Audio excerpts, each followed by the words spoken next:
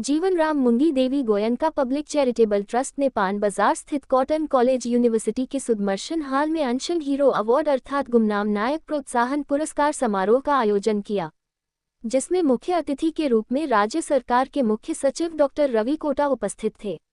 इसके अलावा विशिष्ट अतिथि के रूप में असमिया फिल्म निर्देशक जानू बरुआ, राज्य सरकार के प्रिंसिपल सेक्रेटरी कल्याण चक्रवर्ती, कॉटन कॉलेज के वाइस चांसलर रमेश चंद्र डेका एवं कार्यक्रम आयोजक फिल्मकार शंकर लाल गोयनका उपस्थित थे। सिद्धार्थ गोयनका ने स्वागत भाषण देते हुए चैरिटेबल ट्रस्ट की गतिविधियों के बारे में विस्तार से बताया। शंकर लाल गोयनका ने भी इस अवसर पर कहा कि मेरे पिताजी ने 1923 सन में पूर्वोत्तर का पहला सिनेमा हॉल शिलोंग में शुरू किया था।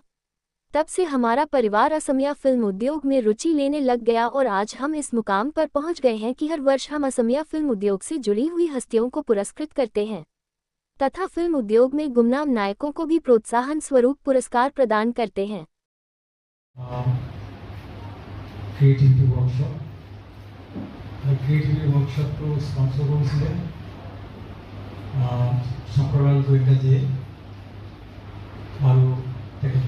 Trusted, we are so grateful.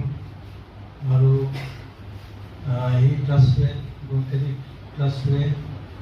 কিমান বছৰ পৰা কৰি আছে গোটেই ফেমিলিটো জড়িত অসমীয়া ছবি হওক গোটেই নৰ্থ ইষ্টৰে মেঘালয় যিমানবিলাক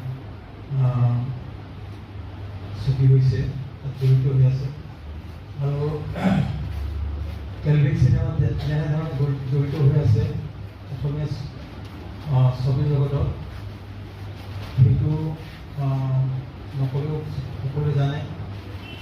এটা মোৰ জীৱনত এটা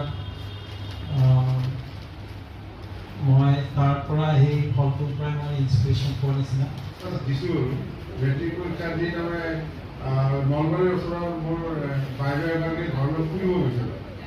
ফুৰিব যাওঁতে তেতিয়া তেখেতসকলে আজি আমি নলবাৰীত চিনেমা চাওঁ পিতা পুত্ৰ চিনেমা প্ৰথম চাইছিলোঁ কিন্তু অসমীয়া চিনেমা সাধাৰণতে তাৰমানে মই মিছ নকৰোঁ, এতিয়াও চাওঁ।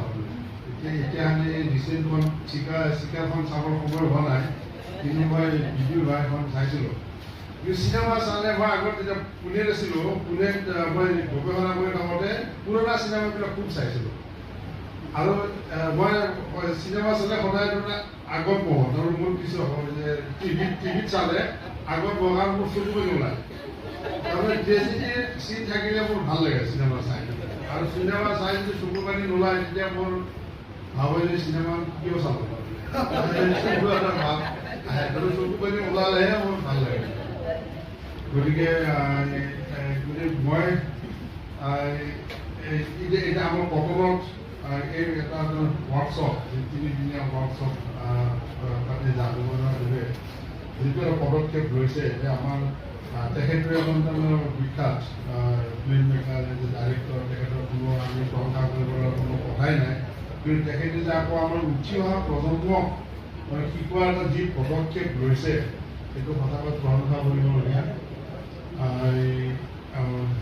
আৰু এনেকুৱা আমাৰ ল'ৰা ছোৱালী যিখিনি পাৰ্টিচিপেণ্ট তেখেতসকলে নিশ্চয় ইয়াৰ পৰা বহুত